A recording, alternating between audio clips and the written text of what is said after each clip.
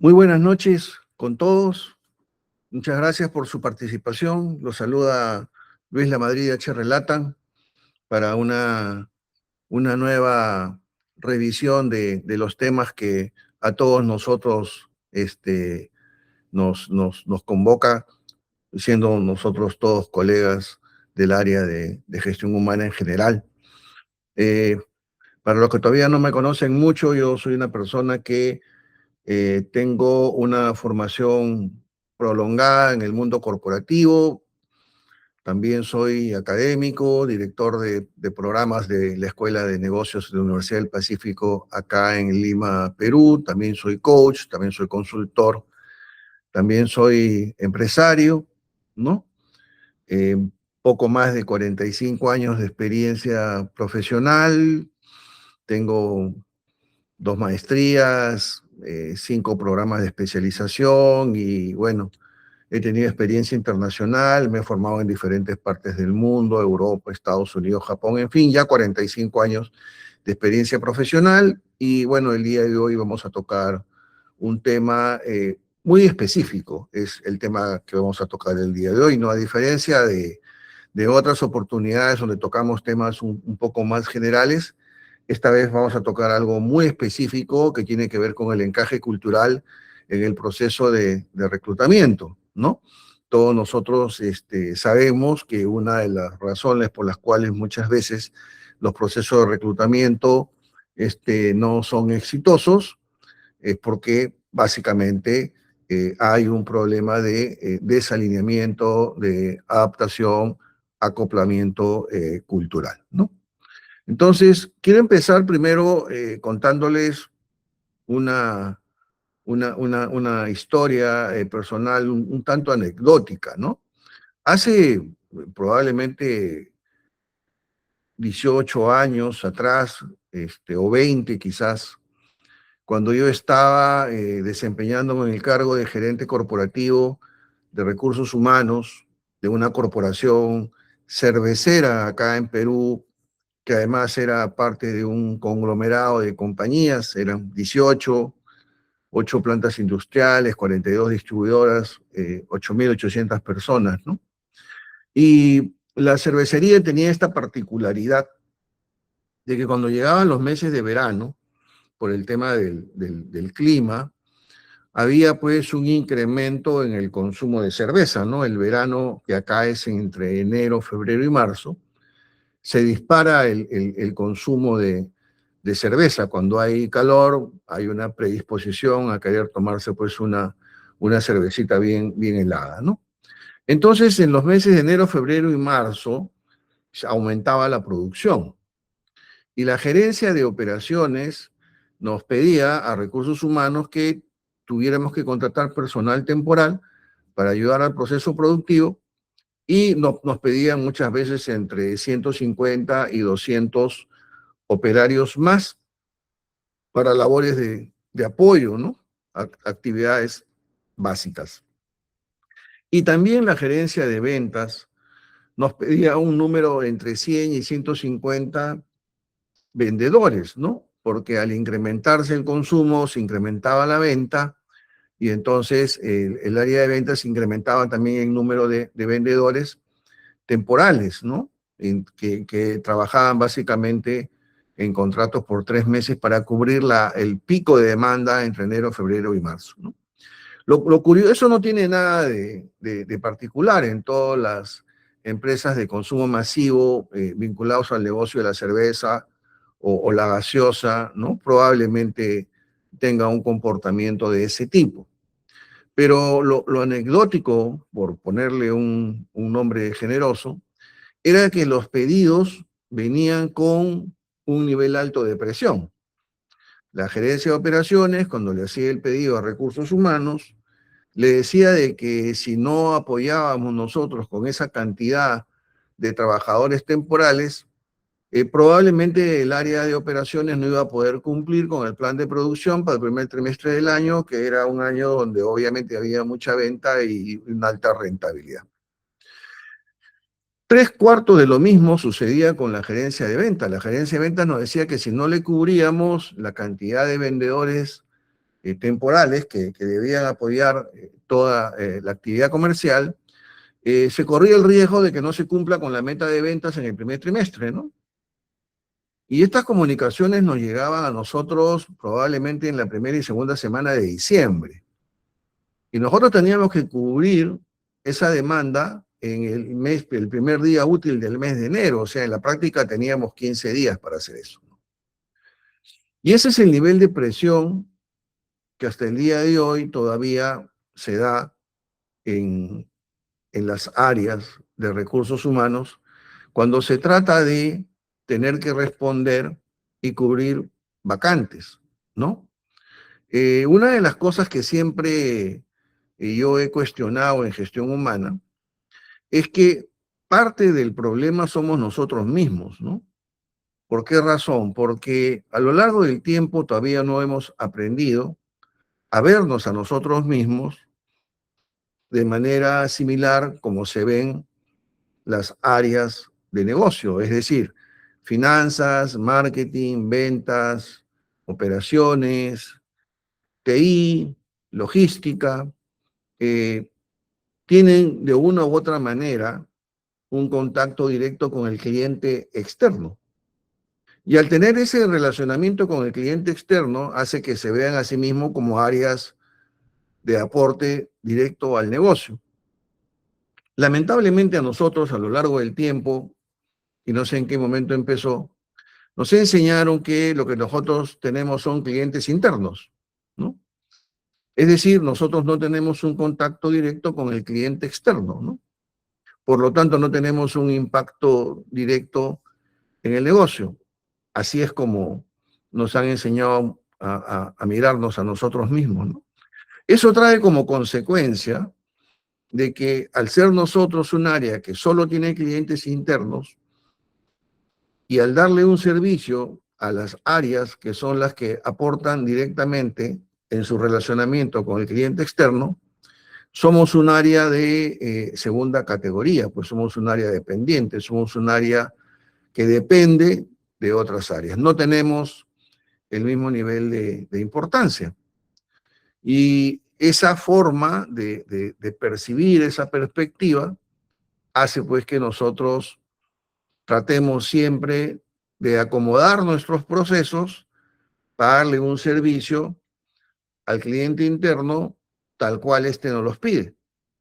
Entonces, para nosotros era normal no solamente recibir pedidos con poca planificación, sino que además eran pedidos que nos daban muy poco margen de maniobra y para ponerle la cereza encima de la crema chantilly, venía pues con una amenaza sutil en el sentido de que si por algún motivo no se cumplían las metas de negocio, no iba a ser responsabilidad ni de operaciones ni del área de ventas, iba a ser responsabilidad de recursos humanos, ¿no? Claro que nosotros nos acostumbrábamos a hacer lo imposible. Todas aquellas personas que trabajaban en gestión humana en ese momento tenían que apoyar el área de reclutamiento. Finalmente terminábamos cumpliendo, haciendo un esfuerzo extraordinario, pero que obviamente tampoco era reconocido porque era como que era la actividad normal que nosotros teníamos que hacer, ¿no? Y que obviamente la hacíamos sometidos a la presión que recibíamos de las otras áreas, ¿no?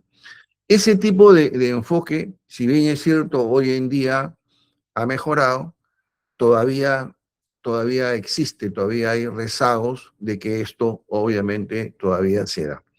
Entonces, eso ha hecho que a lo largo del tiempo, la mayoría de las veces, las áreas de reclutamiento han aprendido, como consecuencia de este contexto generado por el nivel de presión de las áreas clientes, han aprendido que la variable más importante en un proceso de reclutamiento es el factor tiempo, ¿no? Es decir, nosotros tenemos que llenar las vacantes que nos piden en el menor tiempo posible, porque esa es la variable más importante que como atributo valora el cliente interno, ¿no? Entonces, el problema actual en Latinoamérica, como está en la pantalla, es el problema del tiempo de cobertura, que tiene que ser muy rápido. Y por lo tanto, la experiencia que nosotros revisamos es la que está en la hoja de vida, en el papel. La entrevista tiene que ser rápida y por lo tanto poco profunda, y la referencia o revisión de terceros o referencias también es light, ¿no?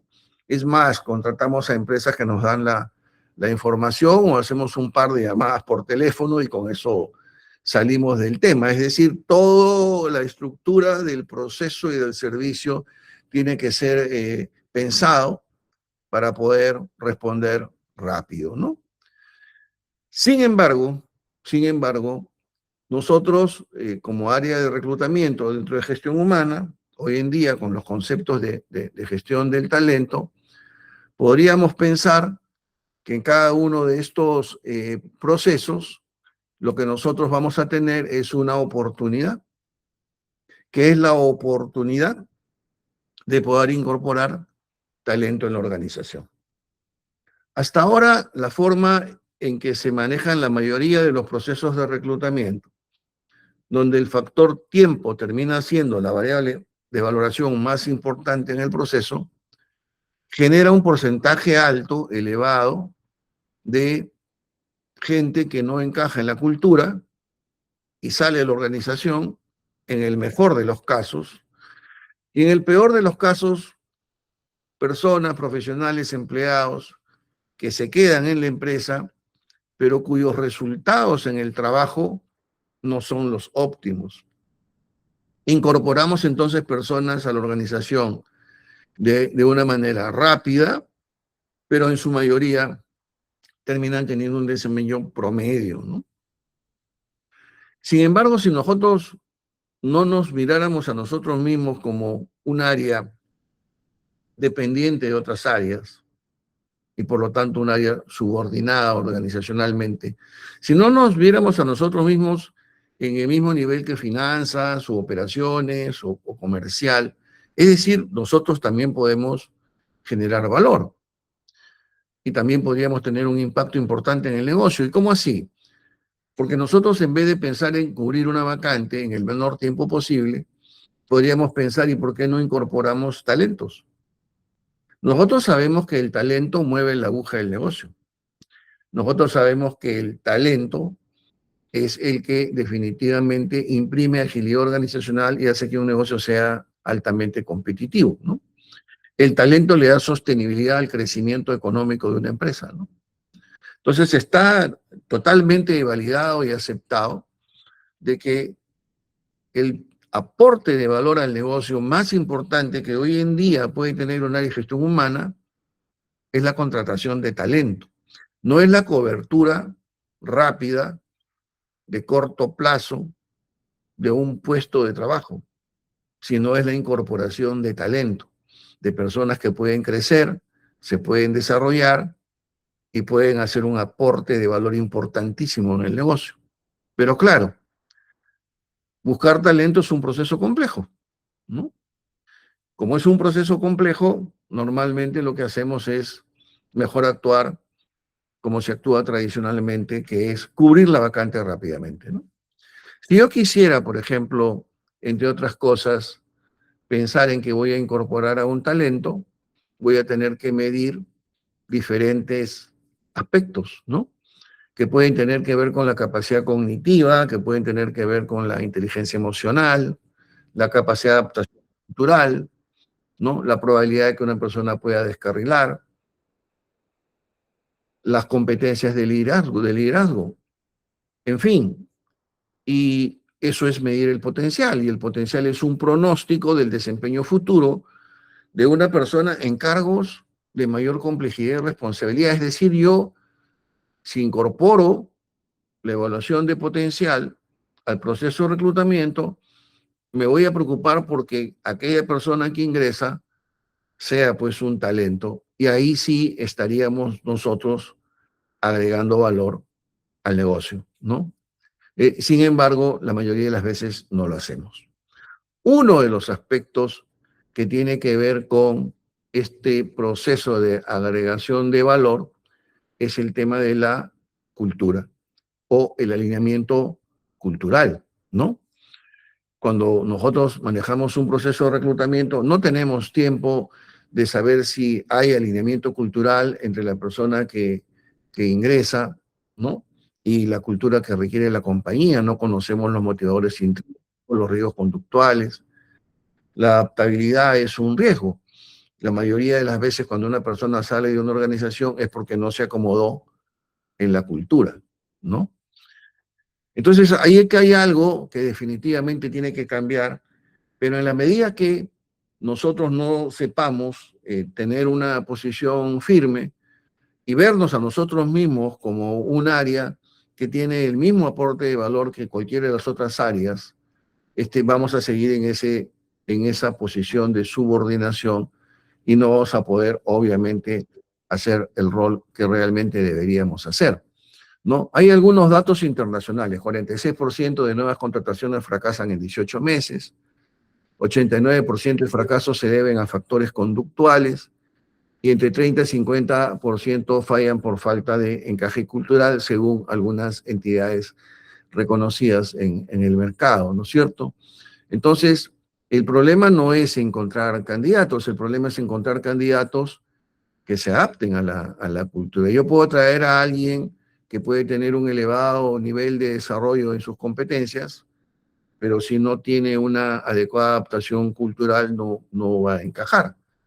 ¿Por qué razón? Pues recordemos siempre que cuando nosotros hablamos de talento es importante tener en cuenta que no existe el concepto de talento universal. Es decir, no existe eso de que hay una persona que en un banco es considerado talento y de ahí sale y se va a trabajar a una empresa de pesca industrial y también es talento, y de ahí se va a una minera y es talento, y de ahí se va a un estudio de abogados y sigue siendo un talento. Eso no existe.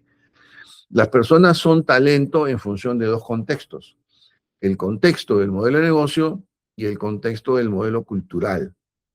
En esos dos contextos que funcionan como vasos comunicantes, yo puedo ser reconocido como un talento por el alineamiento que hay de mis competencias y mis capacidades con lo que requiere el negocio, y el alineamiento que hay de mis competencias y mis capacidades con la cultura de la compañía. Esa valoración específica que van a hacer de mí es la que me va a llevar a mí a ser considerado un talento. Pero si ese contexto cambia, yo podría dejar de ser un talento y tendría que reinventarme. Claro, la capacidad que nosotros tenemos de reinventarnos tantas veces sea necesario, es definitivamente una cualidad importantísima, ¿no? También yo podría traer a alguien con muchísima experiencia, 20, 25 años de experiencia. Claro, pero a la hora de que no encaje con la cultura de la compañía, la experiencia no le sirve de absolutamente nada, ¿no? O yo podría tener un currículum donde la persona ha estudiado en universidades de los Estados Unidos y ha hecho una maestría en Europa, ¿no? Pero si es que sus principios y valores no coinciden o no se alinean con los principios y valores de la organización, no hace fit cultural y también termina saliendo, ¿no? Entonces, hay algo que es importante tener en cuenta, ¿no? La organización, en términos de concepto cultural, tiene valores, motivadores, hay una personalidad organizacional, hay un estilo de liderazgo requerido, hay determinado nivel de tolerancia a la presión, si es que mayor o nivel sentido de urgencia. Hay un relacionamiento con la autoridad que puede ser más jerárquica, más plana, más dura, más blanda. Hay una complejidad en la estructura de la organización, puede ser funcional, muy simple, matricial, etcétera, etcétera. Pero todos estos conceptos que acabo de mencionar también los tenemos nosotros. Nosotros como individuos también tenemos valores, motivadores, tenemos una estructura de personalidad, un estilo de liderazgo, una tolerancia a la presión, etcétera, etcétera, etcétera, ¿no? Entonces, si los principios y valores del individuo se denominan moral y los principios y valores de una empresa se denomina cultura, tiene que haber un alineamiento entre la moral del individuo y la cultura de la empresa. Y ese relacionamiento puede tener dos opciones. Una que se llama el relacionamiento autónomo y el otro que es el relacionamiento heterónomo. ¿no? El relacionamiento autónomo es cuando mis principios y valores, es decir, mi moral, están alineados con los principios y valores de la empresa, o sea, la cultura, ¿no? Y es heterónomo cuando hay desalineamiento. Esto es, yo soy una persona que puede tener determinadas capacidades y determinadas habilidades, ingreso a trabajar a una compañía y funciono, ¿no? A nivel promedio, pero termino funcionando. Probablemente la persona que estaba antes que yo en el mismo cargo tenía el mismo nivel promedio de rendimiento, ¿no? Pero ¿por qué es eso, no? Porque claro, porque mi relacionamiento es heterónomo, ¿no? Yo puedo estar en la organización porque considero que es una buena empresa, paga un buen sueldo, pero no hay un alineamiento cultural. Tarde o temprano, ¿no? Ese desalineamiento va a implicar un costo.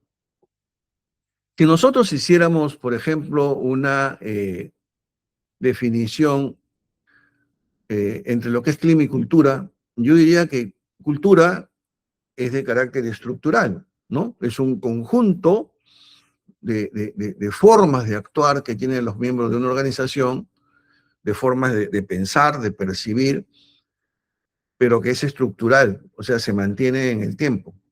Los principios y valores de una persona no cambian en el tiempo y los principios y valores de una empresa tampoco, ¿no?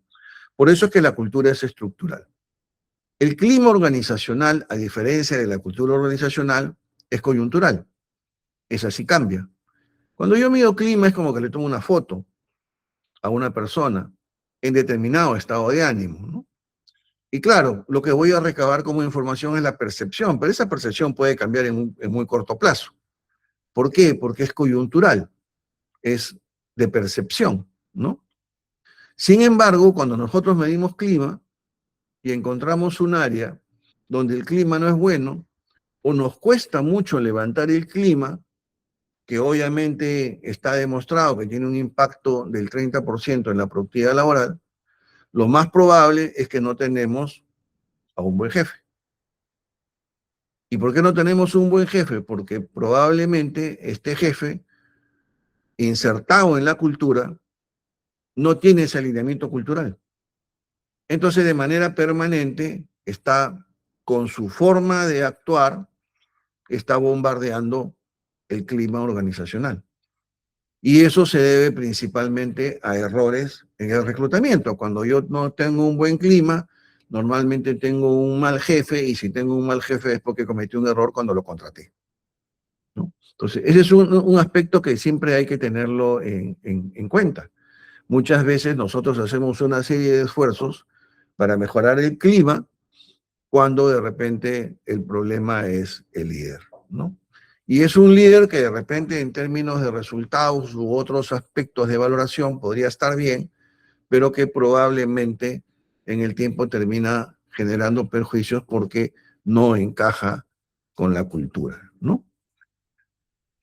Si hacemos una diferenciación entre lo que es el headhunting típico y la búsqueda de talento predictiva, vamos a encontrar que en el headhunting típico, bueno, siempre la búsqueda es para llenar el perfil de la vacante, hay que hacerlo rápido. Lo primero que, cuando uno hace un servicio de headhunting en una empresa, lo primero que uno le pregunta es: ¿en cuánto tiempo me envías el long list y en cuánto tiempo me envías el short list? No preguntan si es que el proceso que puede seguir la consultora te garantiza incorporar a la organización un talento que responda al modelo de competencias de la empresa, ¿no? O que sus capacidades estén alineadas con el modelo de negocio. Nunca te preguntan eso las personas que están en reclutamiento. Te preguntan en cuánto tiempo envías el long list y en cuánto tiempo envías el short list, ¿no? Y claro, porque ese aprendizaje de décadas de ser un área subordinada a la demás ha hecho que tengamos como perspectiva tratar de satisfacer al cliente. Y como el cliente no nos pide talento, sino nos pide rapidez, porque el cliente no sabe lo que es talento, entonces nosotros no buscamos talento, sino buscamos que llenar las vacantes en el menor tiempo posible, ¿no? Claro, si yo hiciera un proceso de búsqueda de talento, estaría pensando en evaluar el proceso de adaptación cultural, evaluar el potencial, cuáles son sus motivadores, los riesgos, hacer mediciones psicométricas, ¿no? Cuando la gestión del talento, poco más de 20 años, se incorpora a la gestión humana, trae algo importantísimo en gestión humana. Gestión humana siempre ha sido un área en la que las otras áreas nos han visto como son un área soft, un área blanda. Medimos clima, organizamos la fiesta, la Navidad de los hijos de los trabajadores, ¿no? Manejamos los procesos de reclutamiento, organizamos la capacitación, ¿no? Para buscar tenemos el área de bienestar, ¿no? O salud mental, ahora como un área nueva, etcétera, etcétera. Un área soft, un área blandita, ¿no? No nos ven como un área que puede hacer análisis cuantitativo para generar valor. Pues bien, la gestión del talento trae definitivamente esa posibilidad.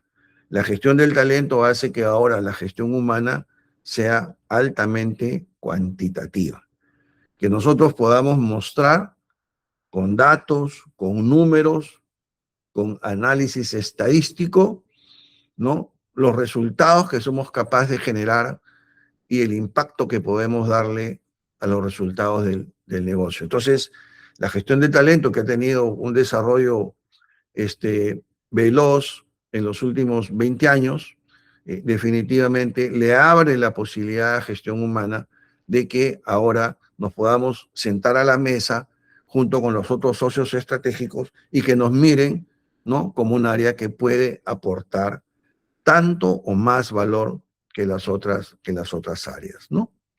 Entonces, una de las cosas, dentro de las diferentes cosas que hay que hacer, además de tener la seguridad de que la persona obviamente tiene la capacidad cognitiva para solucionar problemas técnicos y tiene la inteligencia emocional para conectar emocionalmente y movilizar a los equipos, y tiene la capacidad de liderazgo para obviamente influir en las personas, fortalecer la cultura, etcétera, etcétera, etcétera.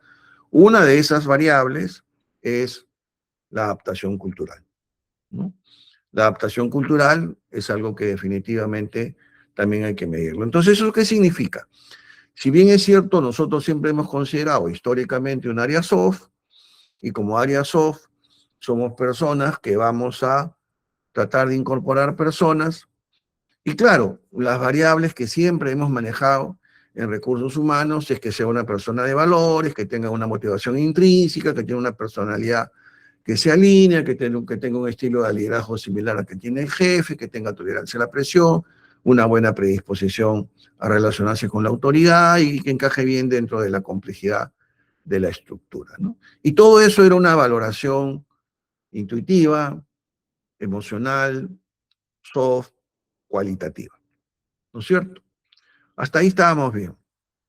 Por si acaso, cualquier pregunta que ustedes quieran hacer, por favor la van escribiendo en el chat. En esta presentación me está acompañando Ricardo, y al final de la presentación, si hay alguna pregunta, encantado de darles alguna respuesta, ¿no? Bien, entonces le decía de que todas estas variables son variables que nosotros desde hace 2, 3 o 4 décadas atrás también las miramos en nuestros procesos, ¿no? Pero con un enfoque soft, con un enfoque blando, ¿no? Hoy en día no. Hoy en día todas estas variables se pueden medir cuantitativamente. Hoy en día en gestión humana y en gestión de talento en particular tiene un set de herramientas, todas súper buenas, que te permiten todo eso que antes lo medíamos de manera intuitiva o de manera emocional, dentro del terreno del rol soft que teníamos nosotros. Hoy en día todo lo podemos medir. Como mide operaciones, como mide finanzas, como mide ventas, como mide marketing, igual. Ahora somos un área que puede medir, ¿no? Y puede levantar mucha data, ¿no? Entonces, la gestión del talento, en estas 2 décadas en que ha tenido este desarrollo tan veloz, le va a dar pues un impulso tremendo a la gestión humana, y específicamente de lo que estamos hablando de ahora es del proceso de reclutamiento, desde el enfoque del talento. Entonces, ¿podemos medir motivadores? Claro, tenemos pruebas como el MBPI, por ejemplo, de JOA, donde podemos medir las preferencias, ¿no? ¿Cuáles son las preferencias que yo tengo en términos de motivadores y valores versus las preferencias que tiene la cultura organizacional? Y poder hacer el match, pero con números, ¿no? Y medir cada uno en una escala del 0 al 100 y con un alto nivel de confiabilidad y validez estadística externa. Entonces, eso no lo teníamos antes, ¿no? Y antes nuestra opinión era soft, ¿no? Relativa, intuitiva. Hoy en día no. Hoy en día lo podemos medir, ¿no? O pruebas que puedan medir la personalidad, ¿no? Como el HPI, el Big Five, el 16PF, el DIS. Unas más profundas que otras, obviamente tienen también diferente nivel de inversión, pero todo depende de lo que tú estés buscando y todo depende de lo que tú necesites. Pero puedes tener definitivamente información acerca de la estructura de personalidad de una persona y proyectar si es que esa estructura de personalidad va a encajar o no en tu cultura organizacional, ¿no? Los riesgos conductuales. Hoy en día, una de las cosas que caracteriza al mundo empresarial es que hay mucha presión. Hay mucha presión en el trabajo. Si tú trabajas en un banco, en una minera, en una agroindustrial o en donde estés, un denominador común de la cultura organizacional es la presión de trabajo. Todos trabajamos bajo mucha presión. Y cuando hay mucha presión, dependiendo del umbral o tolerancia que tengamos de presión, podemos descarrilar. ¿Qué cosa es el descarrilamiento? El descarrilamiento no es otra cosa que la aparición de comportamientos distorsionados cuando estamos bajo mucha presión. Por ejemplo, yo soy un gerente, en condiciones normales, soy alguien que es participativo, analizo la causa raíz de los problemas, manejo en la toma de decisiones un balance entre la oportunidad y la calidad de la decisión, etcétera, etcétera, etcétera. Pero pasado determinado umbral, me vuelvo reservado. Y el volverse reservado es un comportamiento distorsionado, es decir, estoy en un comportamiento, o mejor dicho, estoy descarrilando, porque estoy en un comportamiento distorsionado. Y ese descarrilador que se llama reservado, ¿qué significa? Que yo me aíslo y trato de resolver el problema yo solo.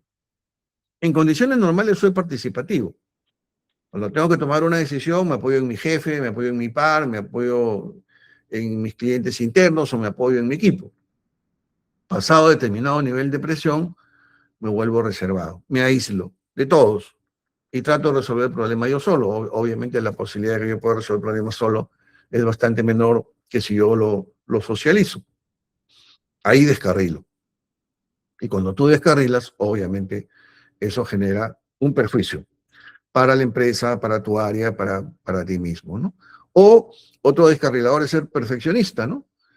Cuando estoy bajo mucha presión, me pongo a revisar el tamaño y el tipo de letra que voy a utilizar, ¿no? Y si a uno le pongo negrita y le pongo una línea roja, absolutamente innecesario, ¿no? Pierdo el tiempo y probablemente no llegue a entregar la información a tiempo o le haga perder el tiempo a mucha gente, ¿no? En fin, o sea, el perfeccionismo, el ser reservado, hay una serie de descarriladores que obviamente son consecuencia de la elevadísima presión. Ese nivel de presión no es igual en todas las empresas, ¿no? Entonces yo tengo que saber que si voy a traer a alguien en mi organización y mi organización tiene un nivel de muchísima presión, tengo que traer a alguien que tenga una elevada tolerancia a la presión. Caso contrario, no se va a adaptar a la cultura, ¿no? O el tema de creencias, ¿no? El tema de los paradigmas. Todos nosotros a lo largo del tiempo vamos a construir paradigmas, ¿no? Muchas veces los paradigmas que tenemos se alinean con los paradigmas de la cultura. La cultura organizacional también tiene paradigmas, ¿no? De repente la cultura organizacional tiene un paradigma de que todo tiene que ser muy procedimental y yo soy una persona muy procedimental, dentro de esa organización y encajo, ¿no? Una sincronización perfecta, ¿no? Pero ¿qué pasa si la organización, digamos, en términos de paradigmas es muy procedimental y yo soy una persona que creo en absoluto en el accountability, en la autonomía y en la creatividad y la innovación? Me voy a estrellar contra la cultura. En pocos meses, con toda seguridad, estoy fuera, ¿no? O mi estilo de liderazgo, ¿no? Si mi estilo de liderazgo es muy disímil, y eso se puede medir también con diferentes pruebas psicométricas, todo es medición psicométrica y por lo tanto todo es medición con herramientas estadísticas, ¿no? Hay un estilo de liderazgo en la organización y yo tengo un estilo de liderazgo y si no sincronizo, definitivamente la organización no me va a permitir. El sistema me saca de manera natural, ¿no? La tolerancia a la presión. O sea, hay organizaciones donde la tolerancia a la presión, la tolerancia es pero altísima, ¿no? Es alucinante la presión que conozco de niveles de presión. Hay alguien que es gerente de ventas y le dice tienes que elevar en 10% las ventas y el PBI del país es -1. Y tiene además una serie de problemas que generan inestabilidad económica y a ti te piden 10%. Es decir, te ponen metas que son inalcanzables. Y si no llegas, bueno, te cambian, ¿no? Eso uno puede decir está mal, sí, pero es lo que ocurre en el mercado. O sea, yo podría estar en total y absoluto desacuerdo con la transformación, la era de la transformación digital, pero no gano nada estando no de acuerdo y podría yo pararme en medio de una plaza y ponerme a gritar mi desacuerdo, igualito no va a pasar nada, las cosas van a seguir, ¿no? O las preferencias, ¿no? Las preferencias que pueden tener en términos de conductas, las preferencias de las personas y las preferencias de la organización, ¿no? Vamos a mirar algunos ejemplos más en detalle para, digamos, graficar mejor lo que estoy hablando, ¿no? Por ejemplo, hay una prueba que se llama el MBPI de Hogan Assessment, es una empresa de Estados Unidos que es una de las mejores empresas que obviamente crea herramientas digitales de evaluación de potencial.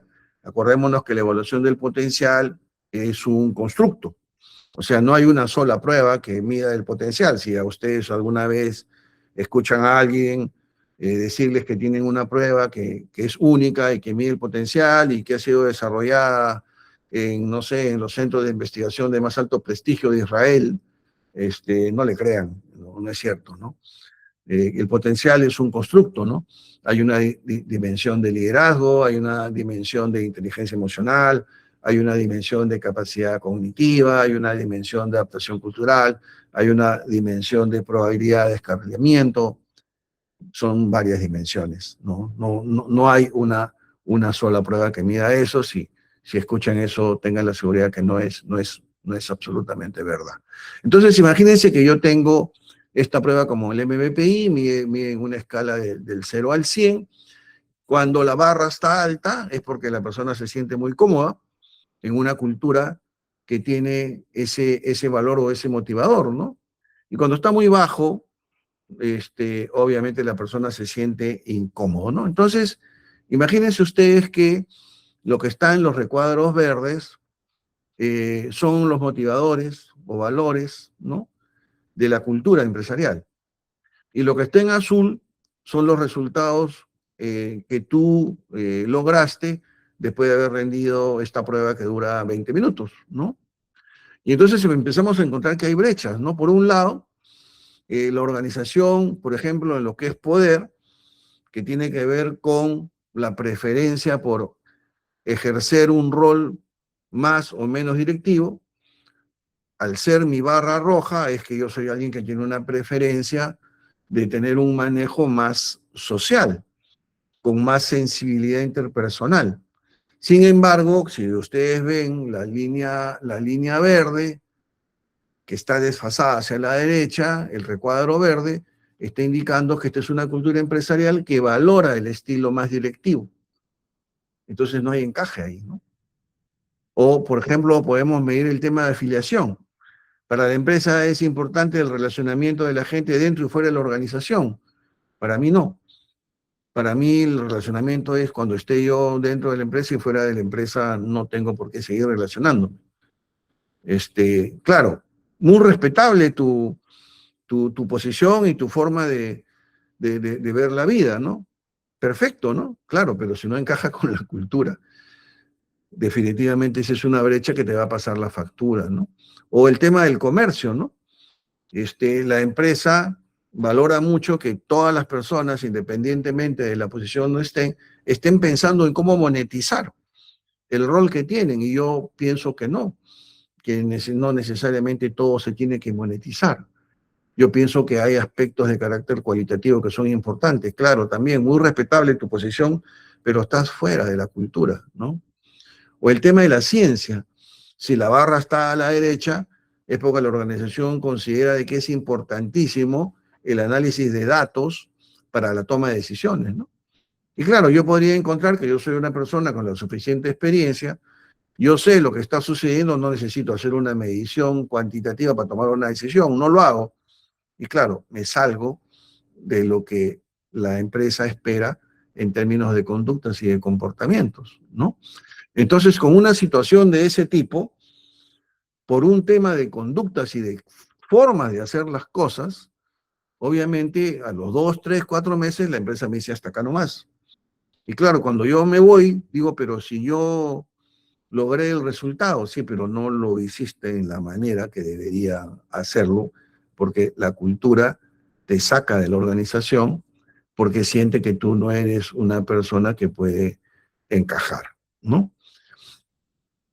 O, por ejemplo, el tema de los paradigmas. Todos nosotros vamos construyendo paradigmas a lo largo de nuestra vida laboral, de nuestra vida profesional. Y se construyen los paradigmas, curiosamente, en función de los éxitos, ¿no? Entonces yo tengo un jefe, mi jefe es muy directivo, en un estilo muy orientado al control, una persona que hace micromanagement, y con ese estilo y en esa empresa logra el resultado esperado. Y yo trabajo con él. Yo miro ese ejemplo y empiezo a hacer lo mismo en una jefatura de menor nivel. Y también hago micromanagement y también soy muy orientado al control y también logro los resultados, ¿no? Mañana más tarde ocupo el cargo de mi jefe y hago exactamente lo mismo, ¿no? En X cantidad de tiempo yo desarrollé un paradigma y el paradigma es que hay una sola forma y manera de conseguir el resultado, que es ejerciendo un control excesivo, haciendo micromanagement, respirándole en la nuca de la gente que trabaja conmigo. Salgo por A o B motivos de ahí, me parece atractiva una nueva posición, quiero crecer, quiero desarrollarme, me voy a trabajar a otra empresa. Cuando me voy a la otra empresa, claro, en esa empresa, el estilo que se espera es que yo sea una persona que delegue. ¿Para qué? Porque si yo no delego, la agilidad organizacional se ve afectada. Si yo controlo, la velocidad con que se mueve la organización es más lenta. Entonces, y la empresa, dentro de su cultura, tiene que valorar mucho la agilidad organizacional para ser más competitivo, un negocio más ágil, ¿no? Pero entonces yo no encajo porque tengo una serie de paradigmas y me meto en algo que se llama la zona de confort. La zona de confort no es aquella zona en la que yo llego tarde, me voy temprano, trabajo lento, eso no es la zona de confort, ese es un error. La zona de confort es cuando yo actúo, cuando yo tomo decisiones, cuando yo desarrollo una perspectiva, cuando yo pienso que estoy solucionando un problema y todo lo que hago lo hago únicamente en base a mi experiencia. No me salgo de mi experiencia. Frente a una situación donde debo tomar una decisión, lo primero que hago es buscar, ¿no?, algún problema parecido que tuve en el pasado para aplicar exactamente la misma solución. No evalúo si es que hay nuevas metodologías, no evalúo nuevas opciones, no evalúo si hay nuevas tecnologías, no evalúo si es que han habido experiencias similares en otras organizaciones, nada de eso, todo eso lo dejo de lado. Simplemente me baso en mi experiencia. Ahí es cuando entro en zona de confort. En psicología del comportamiento le llaman zona de estancamiento. En esta zona de estancamiento o en esta zona de confort, obviamente no va a pasar mucho tiempo para que me pase la factura, ¿no? O voy a estar más mal evaluado, en el mejor de los casos, y en el peor de los casos me van a desvincular, ¿no? Estoy acostumbrado a tener muchas veces muchas reuniones con gente que sale de las empresas y cuando les pregunto por qué han salido, no me saben explicar por qué han salido, ¿no? Y cuando empiezo a hurgar un poco en las razones de por qué han salido, siempre caemos en ese embudo, ¿no? De que había estado en zona de confort. Entonces, una persona, cuando se le evalúa en diferentes aspectos, en líneas generales puede estar muy bien, pero si miro sus paradigmas, encuentro que hay dos paradigmas que podrían no encajar con la cultura. Y esos dos paradigmas podrían ser dos paradigmas importantísimos para la cultura. Claro, yo evalué lo demás, evalué la experiencia, la hoja de vida, la referencia. Y a los 3 meses esa persona salió. Yo como organización sé por qué salió, pero probablemente la persona que sale está pensando en que no entiende qué pasó, ¿no? ¿Por qué? Porque fue un proceso de carácter psicológico, ¿no? O miremos otra prueba, el HDS, que también es de Joa. ¿Qué mide descarriladores? Probabilidad de que yo pueda descarrilar, ¿no? Volátil, por ejemplo, es un descarrilador que hace que yo cambie de posición y de opinión rápidamente, ¿no? Entonces, hoy en día hago que mi equipo vaya por la izquierda y mañana se me ocurre que van por la derecha y el miércoles se van otra vez por la izquierda y, claro, termino haciéndole mucho daño al equipo, horas que se pierden, la productividad se baja. O el pasivo agresivo, ¿no? Soy una persona que voy a una reunión de gerencia, el gerente general dicta una política, una serie de cambios, yo en ese momento no digo absolutamente nada, en teoría estoy aceptando, me voy a mi oficina, me junto con mi equipo, cierro la puerta y empiezo a criticar todo lo que dijo el gerente general, diciendo que está totalmente equivocado. Pero en el momento que estuve en la reunión no dije nada, ¿no? Y ese es un descarrilador. ¿Y cuándo aparece ese descarrilador? Cuando estoy bajo mucha presión, cuando estoy bajo mucho estrés, ¿no?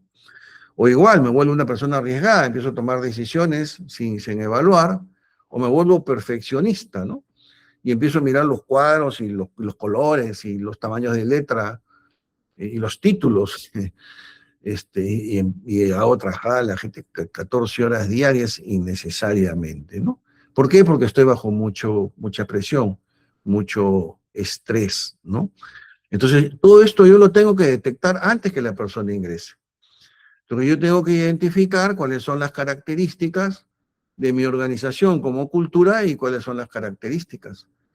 Porque si yo no hago eso, a la hora que ingreso a una persona no va a durar. Hay un porcentaje alto de personas que obviamente no duran, ¿no?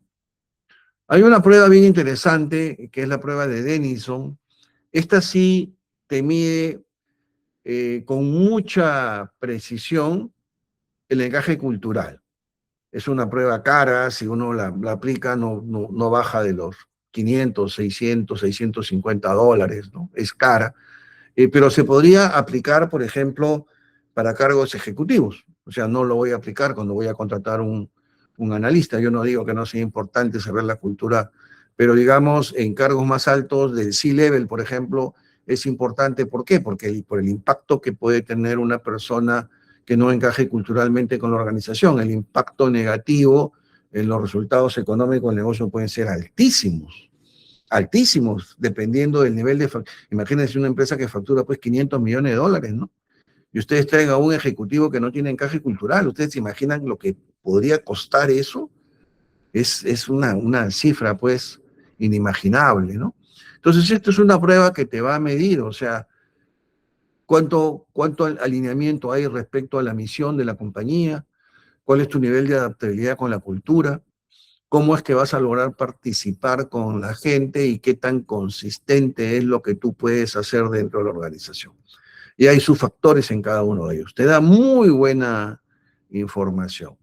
Y obviamente me va a medir si es que, como figura en el gráfico, ustedes pueden ver, en la medida que esos colores llenen todo el radar, la persona tendrá una elevadísima adaptación cultural. Caso contrario, como figura, su nivel de adaptación cultural es bajo, es pobre, ¿no?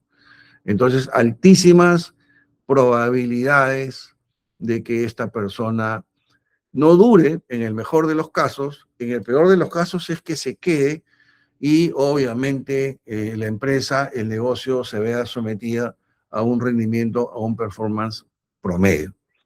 que es lo peor que le puede pasar a un negocio, ¿no? Muy bien, esta es la presentación que yo quería hacerle el día de hoy a ustedes, hacer todas estas reflexiones, ¿no? Tratar de alguna manera de motivarlos para cambiar el enfoque, gestión humana a través de la gestión del talento y sus diferentes procesos, como en el caso de reclutamiento o búsqueda de talento. Podemos generar valor para el negocio y podemos demostrarlo cuantitativamente. Hoy en día el talento mueve la aguja del negocio. En mis épocas más jóvenes yo siempre escuchaba de que el factor humano es el capital más importante de la empresa. Hace algunos años que descubrí que eso es falso, ¿no? El factor humano no es el capital más importante de la empresa. Cada vez que la empresa está sometida a una situación difícil, lo primero que hacen es desvincular gente, ¿no? Y si lo primero que hago y lo más fácil que hago es desvincular gente, es porque no es el factor más importante. El factor o el capital más importante para una empresa es el talento. Y el talento es algo que se puede desarrollar. Todos ustedes que son jóvenes tienen la posibilidad de desarrollar el talento al tope, porque con seguridad todos nosotros no usamos todo el potencial que tenemos. Esa definitivamente es una posibilidad. No solamente la gestión del talento, los conceptos deben ser conceptos o herramientas o procesos útiles para hacer nuestro trabajo, sino para aplicarlos a nosotros mismos. Esa es la reflexión que yo quería hacerles. Con eso he terminado. Si hay alguna pregunta en el chat, yo encantado de responder. Si no lo hubiera, bueno, ha sido un gusto para mí compartir con ustedes un más. Hay una pregunta de Muriel que dice, ¿qué herramientas se puede utilizar para mapear la cultura? Por ejemplo, el MBPI de Hogan te permite 10 valores con los cuales tú puedes construir en base a esos 10 valores la cultura de la empresa, y luego cada vez que una persona rinde la prueba, compara sus resultados con la expectativa que tienes de encaje cultural, y como es una escala del 0 al 100, es muy fácil descubrir si es que es alta, baja o media la adaptación cultural, ¿no? Hay una pregunta más,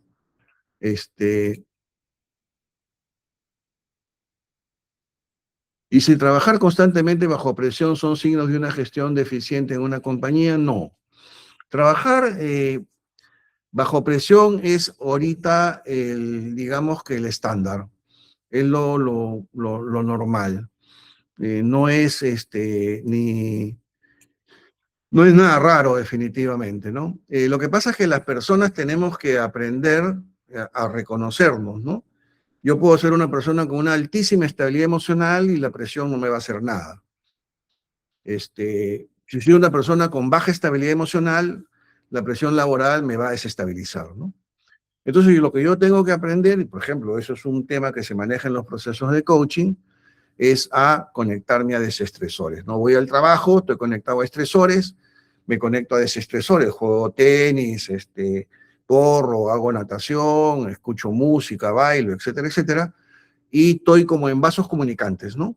Un vaso es el estrés, el otro vaso comunicante es el desestresor, y entre el estresor y el desestresor voy manteniendo el nivel, ¿no?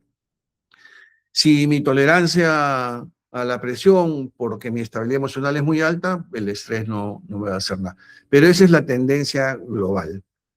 La tendencia global, por el nivel de competitividad que hay hoy en día en el mercado, hace que en todos los negocios haya mucha presión, ¿no?